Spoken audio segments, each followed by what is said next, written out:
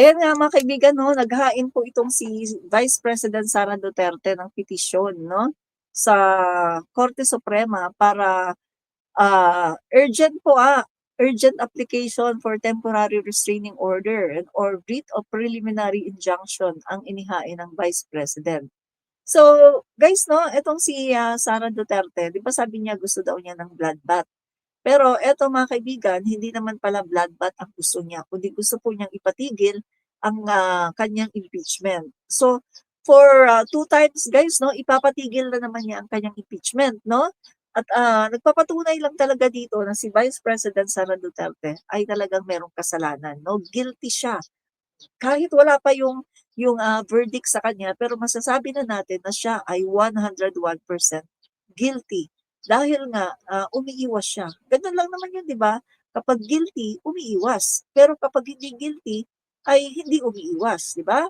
Pero sa case ni Sara Duterte, iwas na iwas siya mga kaibigan kasi nga siya ay talagang guilty. Hindi po niya maipaliwanag sino si Mary Grace Piatos. Hindi niya maipaliwanag anong ginawa niya kung bakit binibigyan na ng pera sina Mercado for 9 months. Hindi rin niya maipaliwanag bakit yung sinasabi niyang nagpakain ang DepEd ng 3,000 na mga kabataan na di umano ay nagkaroon daw ng youth summit pero hindi niya ito maipaliwanag. Napakaraming bagay na hindi po niya maipaliwanag kasi nga wala talaga siyang maipapaliwanag dahil ang sabi ni Madriaga ay inutusan siya ng Vice President 'no, inutusan siya na magdala ng pera sa iba-ibang lokasyon sa iba-ibang tao. Meaning to say, ang pera po ay basta-basta lang nawaldas sa walang kapararakang bagay at hindi naman po talaga para sa seguridad, 'di ba? Hindi naman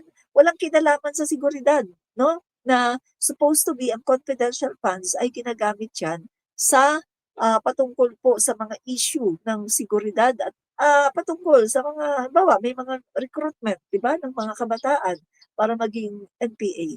So hindi po nagamit sa gano'n 'no, mga kaibigan yung, confidential funds, kundi ito po ay nagamit sa maling paraan, napunta lang po sa bulsa ng mga kaibigan, sa bulsa ng mga kakilala at, sa bulsa ng Vice Presidente. Yan masasabi natin mga kaibigan 'no, confidently na si Sara Duterte ay guilty at talagang nagnakaw. Kasi kung hindi po siya guilty at hindi siya nagnakaw, bakit hindi siya humaharap sa kanyang impeachment for the second time?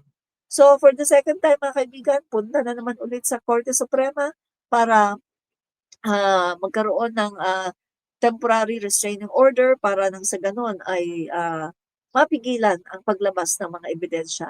Na takot po si Sara Duterte at nanginginig na po siya. Sabi ko nga guys 'no, sa akin po mga live, si Sara Duterte ay napapaihi na sa kanyang saluwal dahil po sa sobrang takot at panginginig. Dahil alam po niya 'pag lumabas itong mga ebidensya na 'to, kapag nasampi na ang kanyang SALN, nasampi na ang kanyang bank accounts at, yung, affidavit ni Madriaga at kapag si Madriaga ay humarap mga kaibigan sa Committee on Justice, patay na. Patay na si Sara Duterte mga kaibigan. Wala na siyang career.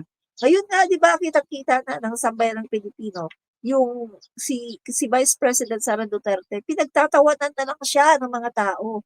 Majority ng mga tao ay pinagtatawanan na lang itong si Sara Duterte. Kasi nga bukod sa lutang, kitang-kita ang pagkaboba, kitang-kita naman na ang gusto lang talaga ay power.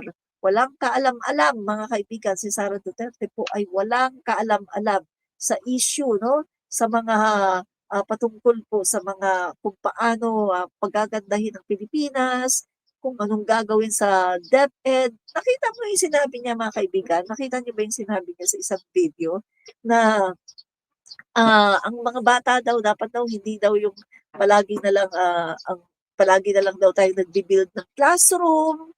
So, meaning to say mga kaibigan, kay Vice President Sara Duterte, hindi po natin kailangan ng classroom. Yun po, she's trying to imply na ang mga kabataan natin hindi po nila kailangan ng classroom. Okay lang po na sila ay, mag-aral sa ilalim ng puno. Okay lang po kay Sara Duterte na ang mga kabataan natin mag-aral sa labas 'no, uupo lang sila sa ano, kung saan lang sila uupo. Okey po yun kay Sara Duterte kahit sa sikat po ng araw, mag-aral ang mga bata. Kasi sinasabi po niya, kung inyo pong napanood yung video, sinabi niya 'no, na hayagan niyang sinabi na yung ginagawa daw natin, yung ginagawa daw ng gobyerno, mag-build ng classroom 'no. Eh, kung titingnan mo yung, meaning ng kanyang sinabi ay okey lang, 'wag nang mag-build ng classroom. Hindi naman daw classroom ang kailangan ng mga bata. Alam mga kaibigan, super lutang na lutang talaga at napakabobo talaga ni Sara Duterte. Paano matututo yung mga bata kung walang classroom, 'di ba? Paano matututo yung mga bata kung habang sila ay nag-aaral, naiinitan sila dahil nasa labas at sumisikat ang araw. Paano matututo ang mga bata kung walang classroom, umuulan, ano yun, umuulan nandun sila sa labas habang nagkaklase, 'di ba? Common sense. Pero hindi po 'yan naiisip ni Vice President Sara Duterte dahil siya po ay wala talagang utak, 'no? Siya po talaga ay boba, 'di ba? So, eto mga kaibigan 'no, sa isang pahayag tinawag ni Bicol Saro Representative Terry Ridon na misrepresentation of facts at distorted interpretation ng konstitusyon at prevailing jurisprudence ang paghahain nito. Malinaw aniya itong attempt upang i-mislead ang korte at publiko. Tingnan niyo yan mga kaibigan, no? So, eto pong ginagawa ni Vice President Sara Duterte ay talagang dini-distort nga nila 'no, yung mga facts 'no, mga kaibigan. Kasi, meron na naman po silang mga sinasabi ngayon 'no, yung patungkol na naman po sa mga technical 'no, yan naman po sila mga guys, yan lang po ang kaya nilang atakihin patungkol sa mga technical issue, patungkol sa mga issue ng, ah jurisdiction, 'di ba? Yan yan ang kanilang kayang, atakihin. Pero kung sabihin mo na sasagutin, bloodbath talaga, sasagutin yung mga issue, ay hindi po kayang sagutin ni Sara Duterte ang mga issue. Nagtataka lang ako 'no sa mga DDS, sa mga makasara, bakit sila sumusuporta sa isang vice president na hindi kayang sagutin yung mga issue na binabato sa kanya for how many years na. Nagtataka lang ako sa mga DDS kung bakit nag-i-stick pa rin sila kay Sara Duterte, gayong alam nila na si Sara ay umiiwas sa accountability at hindi sinasagot yung mga issue ng impeachment, mga articles of impeachment na ibinabato sa kanya. So nagtataka lang ako mga kaibigan. Pero kung titingnan natin, hindi nakakapagtaka dahil itong mga DDS ay talagang ipinanganak siguro, ay hindi naman siguro ipinanganak, baka nung naging DDS lang sila, baka sila naging ganito kabobo, 'di ba? Kasi sabi ko nga guys, once na na-associate ka 'no, once na na-associate ka dito sa mga sa DDS or sa Duterte, once na na-associate ka diyan, nasisira yung pagkatao mo. Oh, kita mo Harry Roque. Si Harry Roque po dati, ano yan, human rights lawyer. Dati si Harry Roque galit na galit kay Duterte. Sabi niya guys, huwag niyong iboboto yan kasi yan ay mass murderer. O yan si Duterte, huwag niyong iboboto yan dahil ano yan, mamamatay tao. Dami-dami nang sinasabi, di ba? Pero nung siya po ay na-associate na kay Duterte, nagbago po ang lahat. Yung dating human rights lawyer na tagapagtanggol ng mga mahihirap na naaapi, ngayon po siya na ang nang-aapi at siya na po ang nangangamkam ng mga lupain. Yan po ang nagagawa, Duterte. Yan po ang epekto kapag ikaw ay naging Duterte follower or supporter. Ikaw po ay nagiging masama na rin, 'di ba? Kasi sabi nga gano'n, o sino yung pinapalo mo? Sino yung Panginoon mo? O kung sino yung pinapalo mo, kung sino yung nilu-look up mo, yun ka rin, 'di ba? Si Duterte, alam naman natin, human rights violator 'yan. Alam naman natin, mamamatay tao 'yan. Alam naman natin, bastos 'yan. Alam naman natin, lahat ng kasamaan nasa kanya. So meaning to say, kung ikaw dati ay pure, kapag ikaw ay napasama, no, sa Duterte or 'pag ikaw ay naging follower ni Duterte, nagiging ano ka na rin, masama, no? Kasi ikaw ay nahahawa, 'di ba? Oh, kaya nga yung 'pag naglalaba ka, wag mong pagsasamahin yung dikolor sa puti, kasi yung puti ay nahahawa. Gano'n lang 'yan mga kaibigan, 'no? So, kapag ang isang bayong ng, kamatis, 'pag may isang bulok, isa lang yung bulok ha, lahat na nahahawa, nagiging bulok, 'no? Kaya anong sabi, kapag may isang bulok, tanggalin mo yung isang bulok, itapon mo para hindi mahawa yung iba. Ganyan po katindi, mga kaibigan, ang mga Duterte. Once na na-associate ka sa kanila, mahahawa ka rin, mabubulok ka rin.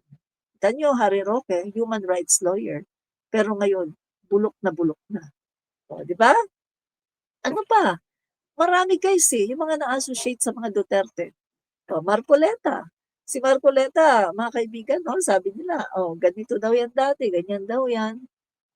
Naging, DDS, associated sa Duterte. Ano nangyari, 'di ba? Oh, gumagawa ng fake news.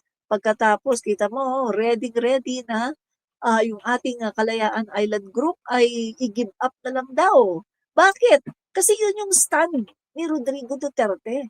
Yun ang stand ng kanyang idolo na huwag na nating ipaglaban yan, tubig lang yan. Ay marami tayong tubig, 'no? So mga kaibigan, daw kayo sa mga DDS kasi nagagaya niyo na-a-adapt niyo na ang mga ugali ni Duterte, ni Digong, 'no? Kaya naman, sa mga DDS, ano, kaya niyo pa ba? Ipagpapatuloy niyo pa ba ang pagsusuporta sa isang vice presidente na allergic allergic sa accountability at never na sumagot sa mga katanungan sa kanya patungkol sa mga binabato sa kanya sa confidential funds. Mga kaibigan, tayo ang nagpapasweldo diyan, 'no? Tayo. At alam naman natin, ang pagiging vice-presidente, 'yan nga mga kaibigan, siya ay nagdeklara pa 'no na tatakbo sa 2028 para maging presidente ng Pilipinas, pagkatapos ayaw niya ng accountability. 'Di ba? So mag-isip-isip kayo mga DDS, patuloy pa ba kayo na, susuporta sa isang Sara Duterte na ayaw ng accountability? 'Di ba? 'Yan. So, anong masasabi niyo sa topic natin na 'yan? Paki-comment nga dito 'no, ang inyong sagot. 'Yan. Tingnan po natin ang okey. Comment down guys 'no, paki-comment po. 'Yan. So, tingnan po natin ang comment dito. 'Yan, okey.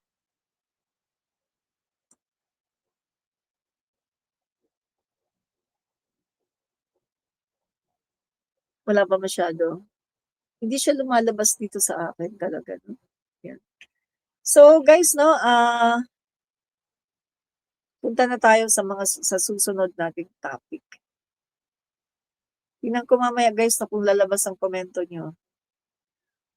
Okey. Punta na tayo sa ating susunod na topic guys, eto, si Saldico 'no, si Saldico po mga kaibigan, a prosecution witness said Tuesday that former lawmaker Elizalde received 802 million from the contracting company SunWest Construction and Development Corporation, even though he was said to have divested from it in 2019. Ay, ito yung narinig ko kahapon yata or kanina, no, sa balita na etong si Saldico mga kaibigan, no, yung kanyang account, no, ay nakatanggap ng 802 million, no. Galing ito sa SunWest Construction and Development Corporation. Yung sinasabi niya na dinivest na daw niya. At ito po mga kaibigan nangyari po ito 2019. So meaning to say, 802 million ang laki niyan. Kaya sinasabi nila guys, no, maraming mga nagsasabi, nagkukumpirma na itong sinasabing mali-maleta ng mga pera ay naganap na talaga sa panahon ni dating Pangulong Duterte, no? 2018, 2019, no? Diyan po talaga yan. 2020, sa panahon po yan ni dating Pangulong Duterte. yung paglabas no ng mga mali-maletang pera. At siyempre, kung panahon yan ni dating Pangulong Duterte, alam na natin kung sino yung mga binibigyan, di ba? No wonder, ang dami-dami nila ngayong pangsahod kay Kaufman. At no wonder, si Sara Duterte ay nakakapag-hire ng 16 lawyers na magtatanggol sa kanya sa impeachment, di ba? So, ayan nga guys, no, yung prosecution witness said Tuesday na itong si former Ako Bicol Party List Elizalde ay nakatanggap na ng 802 million. So, galing po yan sa kanyang kumpanya, no? Yung Sunwest Construction na sinabi niya na dinivest na daw niya. Pero hindi naman yata totoo, no? So, noong 2019 po ito nangyari. So, guys, ito pong si Saldico, no? Talagang kitang-kita natin na talagang may kasalanan. Talagang maraming pera na napunta sa kanya. Pero yung mga binibintang no masingit ko lang kay dating Speaker Martin Romualdez ay wala po walang mga ganito walang money trail, walang bank accounts na nakikitaan no. Wala po pero kay Saldico nandiyan talaga, kitang-kita mo na siya po talaga ay involved dito no sa mga pagnanakaw, lalong-lalo na po dito sa mga flood control anomalies, 'di ba? Yan. So, marami pong salamat kay Nancy Verana. Hello po, Ma'am Admin Rich. Hello din po sa iyo, Nancy. Marami pong salamat. At saka si JM Babes, ang sabi niya, walang epekto ang impeachment sa taong bayan, pero ang pagtaas ng gasolina at mga bilihin ay sobrang malaking epekto sa buong Pilipinas at ibang bansa. Yan ang dapat bigyan ng mahalagang solusyon. Naku, nagkakamali ka dyan. Alam mo ba na mas mahalaga ang impeachment ni Sara Duterte kaysa dito? Kasi itong presyo ng langis, ano lang yan nangyayari lang ito ngayon dahil sa krisis. Pero itong nangyayari kay Sara Duterte, forever yan kapag hindi natin nasawata yan. Habang buhay yan, niloloko tayo. Habang buhay, ninanakawan tayo. At habang buhay, kawawa ang mga Pilipino. Pero itong presyo ng langis na sinasabi mo, world crisis yan At anytime from now, maaaring bumaba ang presyo ng langis dahil sa mga ginagawang effort ng ating gobyerno, no? Katulad na lang pinaparami ang stock natin, no? Pangalawa, pagpapababa no or pagtatanggal muna pansamantala ng excise tax. At pangatlo, yung pagbibigay ng mga subsidies, ng mga ayuda. At pang-apat, yung mga libreng sakay. At ito naranasan ko nga rin LRT no. Grabe. MRT 50%.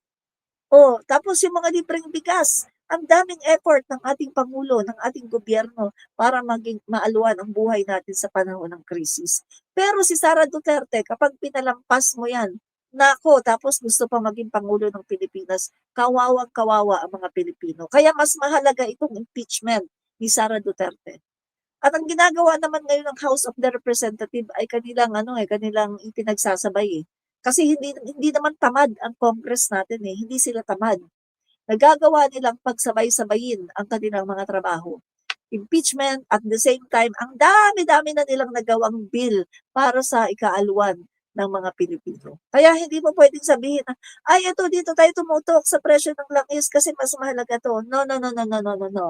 Mas mahalaga po ang impeachment ni Sara Duterte. Dapat nating tutukan ang impeachment ni Sara Duterte dahil yan talaga ang nagpapahirap sa taong bayan. Itong si Sara Duterte, salot sa lipunan, anay sa lipunan. Si Sara Duterte ang number one na dahilan kung bakit naghihirap ang ating bansa at ang ating ekonomiya. Si Sara Duterte ang pinaka number one reason kung bakit ang Pilipinas ay talagang naghihirap dahil kay Sara Duterte. Kasi si Digong nandun na sa dahig So si Sara ang number one talaga na problema ng ating bansa. Kung wala si Sara Duterte, nako, maaluan ang buhay ng mga Pilipino. Real talk lang tayo walang personalan. Real talk lang, no? Sa katotohanan lang po tayo dito, no? So, anong masasabi niyo mga kaibigan, no? Dito po sa ating topic na yan, yan. Sherlock 007, good morning daw, sabi po ni Addictus Rex. Addictus Rex! Ano, nasabi mo na ba kay Yussi Claire Castro, no? Yan. Okay, no? So mga kaibigan, basa-basa muna tayo. Wala, wala pa masyado. Wala pa masyadong ano. Okay, so mamaya na po ulit tayo magbasa, no? Pag lumabas na yung inyong mga messages. Yan. So, ito guys. Panoorin, ipinabatid ni Department of Information and Communications Technology Secretary Henry Aguda na kabilang na sa priority list ng Kongreso ang panukalang batas laban sa maling impormasyon. Sabi niya, nakikipag-ugnayan na rin ang ahensya sa mga nag-sponsor ng panukala upang mapabilis ang proseso ng pagpasa nito pagbalik ng sesyon. Ayon kay Aguda, mahalaga ang mabilis na pagpapatupad ng batas lalo na sa panahon ng krisis upang maiwasan ang pinsalang dulot ng kumakalat na fake news. So mga kaibigan, no, ito maganda po ito kasi nasa House of the Representatives na po, no, gumagawa na po ng bill, no, mga kaibigan, para po talagang maging batas yan, no, yung pagkakalat po ng fake news. Ay kailangan po magkaroon po ng ngipin. Yung batas hindi lang po yung cyber libel law, no? Kailangan talagang gumawa po, no, ng bill ng batas para po sa mga fake news peddlers at kung maaari mga kaibigan, talagang sila ay makulong, no? Makulong po. Gawin pong kriminal, no? Criminal case itong pagkakalat po ng fake news para hindi na po maparisan itong mga tao na nagkakalat ng fake news, lalong-lalo na sa panahon po ng krisis.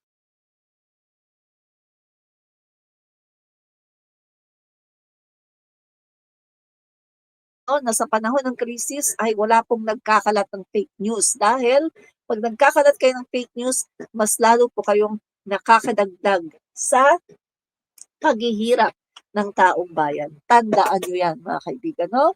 So, sa mga DDS dyan na nagkakalat ng fake news, malapit na kayong makulong.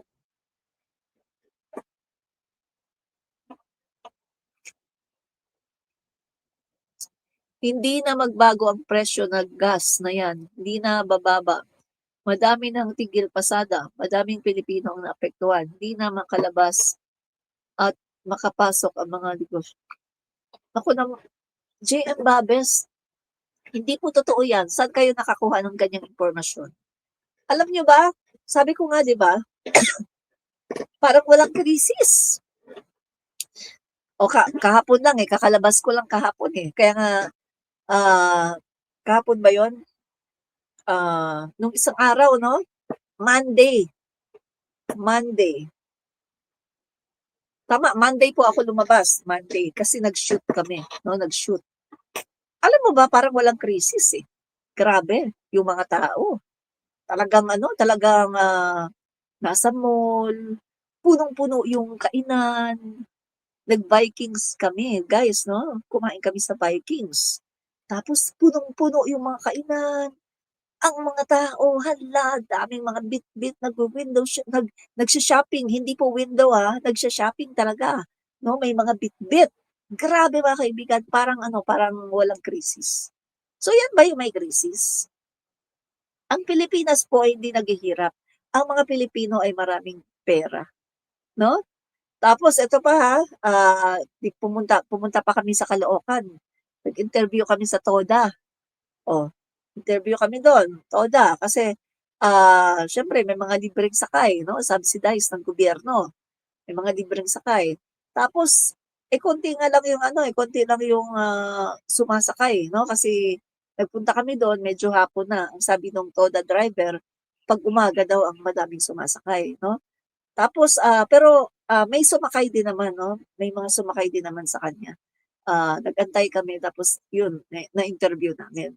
So, ibig ko sabihin dito, ang Pilipinas po ay, kung titingnan natin, mukhang hindi naman apektado, no? Dito sa nangyayari. Apektado tayo, pero hindi ganun katulad ng ibang mga bansa na talagang, hindi na nakakalabas, wala nang mga investors. Hindi po totoo yung sinasabi mo.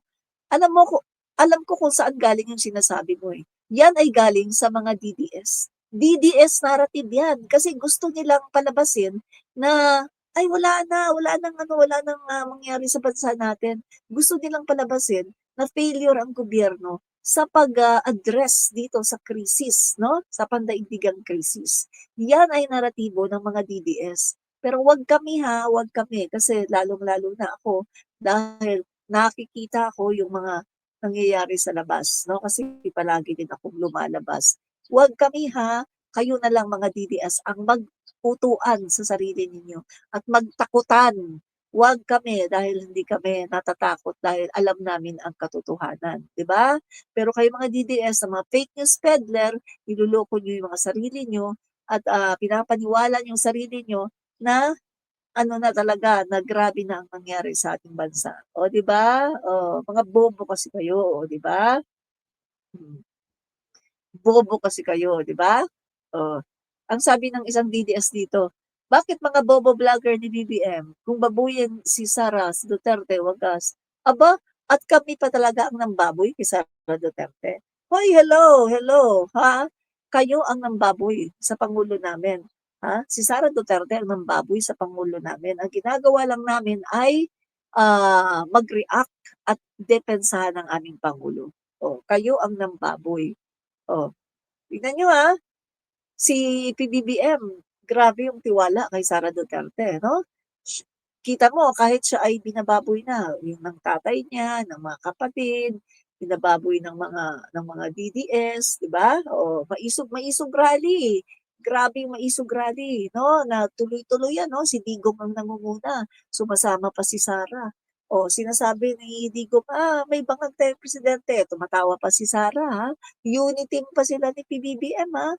Tapos pag alis ni PBBM, no, anong ginawa ni PBBM pagpunta sa ibang bansa? Iniwan niya si Sara as caretaker ng ating bansa.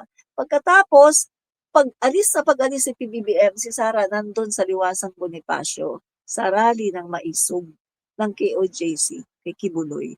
At nandun habang naririnig niya si Glenn Chong doon sa likuran, sasampalin daw si Elisa, mag-asawang sampal, minumura si PBBM, andun si Sara. Oo, selfie-selfie with KOJC. 'Di ba, naaatim niya 'yan? Naaatim niya talaga na yung presidente, yung boss niya ay kanyang tinatraydor. Habang ang kanyang boss ay talaga namang siya ang pinagkatiwalaan para maging caretaker ng bansa. Anong tawag kay Sara Duterte? Traidor, walang hiya, walang kwentang tao, 'di ba? Traidor sa bayan, traidor sa kanyang boss na talaga namang nagbigay sa kanya ng tiwala, ginawa siyang caretaker ng bansa. Pagkatapos, pagtalikod ng boss niya, ayun ang ginawa niya, nag-rally, sumama sa rally. Oh, 'di ba traidor? Makapili na, traidor pa, 'di ba? Kaya 'wag kami hindi kami ang nambaboy kay Sara. Si Sara ang nambaboy sa aming pangulo. At kita niyo naman, 'di ba? Kung maka-ano-ano siya kay PBBM na adik daw, bangag, nagpupulburon, oh, 'di ba? Si PBBM ba may sinabi ba kahit isang masamang salita kay Sara? Oh, sige nga, magbigay nga kayo ng kahit isang masamang salita kay Sara Duterte na binitiwan ng aming presidente. Wala kayong makikita na kahit isang masamang salita na binitiwan si PBBM para kay Sara Duterte. Pero si Sara Duterte, ang dami niyang binitiwang masama para kay PBBM. Nandyan yung ipapatay niya, nandyan pupugutan niya yung ulo, nandyan pa yung sinasabihan niya na hindi marunong maging presidente, nandyan pa yung sinasabihan niya na bangag kung ano-ano pa. Si Sara Duterte, ang daming ginawang panlalait sa Pangulo namin, pero never, never na gumante ng salita ang aming Pangulo. Kaya wag niyo kaming sasabihan na kami ang nambababoy sa inyong Vice Presidente. Dahil hindi kami ang nambaboy sa Vice President niyo. Kami ay nagre-react lang at pinagtatanggol lang namin ang aming Pangulo. Dapat lang na ipagtanggol, di ba? So kita niyo sana bilisan itong bill na to kasi malaking pinsala yan guys halimbawa may nagpakalat, yan wala nang mga gasolina, sarado na ang sarado na ang lahat ng gasoline station. Anong epekto niyan? magpapanik, 'no? Yung mga may mga sasakyan, 'yan, magpapanik, pipila, ubos agad in one day yung mga tindang petroleum products. So, anong mangyari niyan guys? Apektado yung ekonomiya natin, babagsak ekonomiya natin, magkakarayot, magkakagulo. Kaya dapat lang talaga na, bilisan 'no, bilisan yung paggawa 'no ng, batas guys 'no, para talagang itong, bill na 'to ay mapatupad na 'no, 'yan.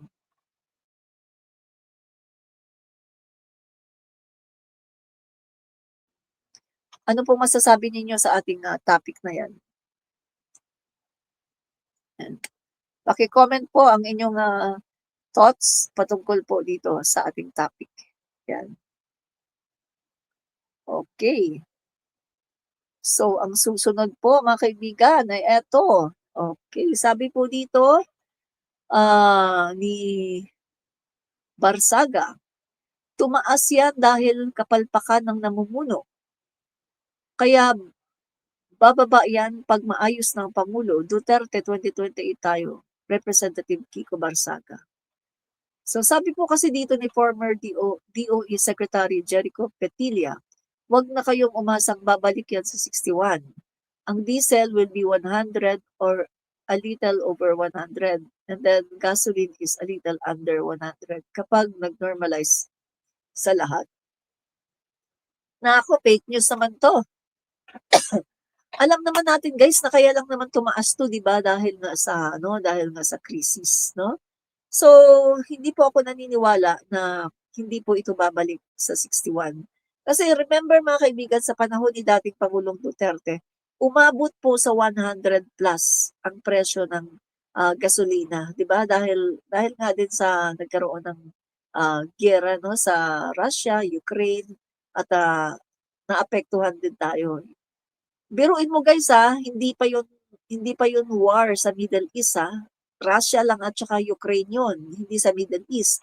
Pero tumaas ng 100 plus yung presyo ng ano ng gasolina, 'no? Pero pagdating kay PBBM bumaba, 'di ba? May mga 43, 45, 50, merong, 55, 'di ba? Gano'n yung mga presyohan, sa panahon ni PBBM, 'di ba? Tapos ngayon, nagkaroon na ng, giyera sa Israel 'no, sa Iran, ah, US 'no, binomba nila yung ano, pinagtulungan nila yung Iran, ayun, nagtaasan. Dahil nga siyempre Middle East yan, nandiyan talaga yung mga oil producing country 'no. Tapos, may binomba pa na planta 'no, oil, plantation sa Saudi. At saka yung ibang mga kaalyado ng US na may mga, oil, mga planta ng oil ay binomba din 'no ng Iran. So, damay yung ibang country guys 'no, kaya Middle East 'yan, grabe. Kapag ang Middle East talaga, 'yan talaga nagkagulo diyan, mga oil producing country, aba, buong mundo talaga magsa-suffer. Kaya ito nararanasan ngayon ng, buong mundo guys 'no, nakakaranas tayo ng pagtaas ng presyo ng langis. Pero kapag nag-normalize na 'yan, na wala na yung giyera, siyempre dadami naman yung mga ano, dadami na naman uli yung mga langis 'no, na mapo-produce at, very smooth na naman ulit yung kalakalan 'no, sa ng, langis. So, meaning to say, babalik yan guys, babalik yan sa 61 o baka nga bumaba pa yan 'no, eventually. So, 'wag po tayo maniniwala sa mga fake news peddlers na 'to, na hindi na daw yan bababa 'no. Mananatili na lang daw yan sa 100 or sabi niya, or a little 100 and then gasoline is a little under 100. Huwag po kayong maniniwala dahil wala pong katotohanan yan. Lalong-lalo na sa sinasabi ni Barsaga, ni Kiko na, ah, tumaas lang daw dahil sa kapalpakan ng namumuno. Guys, parang walang alam itong taong 'to o sadya talagang baliw 'no, parang wala siyang alam. Hindi yan tumataas or bumababa dahil sa kapalpakan ng namumuno. Alam naman natin 'no na ang presidente natin ngayon ay ang daming effort na ginagawa at pasalamat tayo dahil si PBBM ang presidente. Magaling ang ating presidente. At, etong sabi ni Barsaga, bababa daw 'yan 'pag maayos ng pangulo kapag Duterte na daw. Hello, anong nagawa? Anong nagawa? ni dating Pangulong Duterte. Kung yung tatay nga hindi nga niya naayos ang Pilipinas, ito pang anak na walang alam, oh. Kung yung tatay nga hindi nga niya naayos yung kanyang drug war nga, palpak. Kung yung tatay nga hindi nga napaganda ang ekonomiya ng bansa for 6 years, kung yung tatay nga ibinaon tayo sa utang for 6 years, kung yung tatay nga naging palpak, puro nakawan, parmali, puro mga pagnanakaw, binigay pa ang West Philippine Sea. Kung yung tatay nga kapalpakan ang inabot ng Pilipinas, yung anak pa kaya na walang alam? Itong anak pa kaya na mainitin ang ulo, na war freak, na palagi na lang nagme-meltdown? Itong anak pa kaya na kung magsalita ay parang grade 1? Hello, Kiko Barsaga. Wala ka nga talaga sa sarili mong katinoan, 'di ba? Yan. So, mga kaibigan itong si Kiko Barsaga ay talagang wala sa kanyang sariling katinoan. Yung tatay nga mismo si Duterte mismo ang nagsabi si Duterte. Anong sabi ni Duterte? Na tandang-tanda ko sabi ni Duterte. Sa akala niyo ba kapag si Inday ang maging Pangulo, magbago? Sa akala niyo ba kapag si Inday ang maging Pangulo, maging maayos ang Pilipinas? Tatay niya mismo ang nagsabi. 'Di ba? May video nun. Si Duterte mismo ang nagsabi na kung akala niyo daw ba na kung ang maupo, ang maging Pangulo ay si Sara ay magbabago daw. Ay mabuti nga ngayon kay BBM malaki ang pagbabago. Talagang kitang-kita natin, bagong Pilipinas ngayon sa panahon ni PBBM. Sa panahon ni Duterte, anong nangyari? Lumang Pilipinas. Kasi naging barbaric.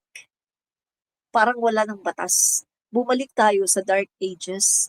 Bumalik tayo sa Middle Ages na kung saan walang batas-batas. Survival to the fittest. Ang pinakamatapang matira matibay. Yun ang nangyari sa panahon ni dating Pangulong Duterte. Naging barbaric ang pamumuno. 'Di ba? Yun. Pero nung naging si PBBM na, nagkaroon ng transition at si PBBM na, bumalik, no? Bumalik yung atmosphere, no, na kung saan ang mga Pilipino ay naging civilized ulit. Naging civilized ulit tayo. Kasi sa panahon ni Duterte, wala Parang uncivilized yung gobyerno noon Kung gusto pumatay, papatay. Kung gustong magkaso, kasuhan itong babaeng to, gawa ng mga peking video, gagawan. Gustong pakulong ito, ipakulong. O gustong magpasara ng mga istasyon na bumabatiko sa kanya, ipasara yung mga yan. Ganon sa panahon ni dating Pangulo Duterte. Barbaric. Para tayong nasa dark ages. 'Di ba? Na walang hustisya. Patayan dito, patayan doon. Tumba doon, tumba dito. Sa lugar nga lang namin. Nung nagtuturo pa ako noon, teacher pa ako. Pagkatapos pauwi na ako, hapon na yun. Sabi ng mga estudyante ko, high school, "Ma'am, may natumba doon 2 itinumba. Isang babae tapos may isang lalaki. Itinumba." Bakit tinumba? Kasi suspect. Suspect na gumaganon. Suspect lang hindi verified. Hindi na drug test. Suspect lang. Ganyan po sa panahon ni Duterte. Barbaro. Kaya wag kami. Hindi na tayo babalik sa Duterte era. Never, never again to Duterte era. Ayaw na natin bumalik sa nakaraan, sa pagiging barbaric, no? So, tama na. Wag na, no? Kayo na lang mga DDS, pero hindi kayo makakapagpanalo ng presidente dahil wala pa kayong 1,000,000. Sa totoo lang, wala pa kayong 1,000,000. 'Di ba?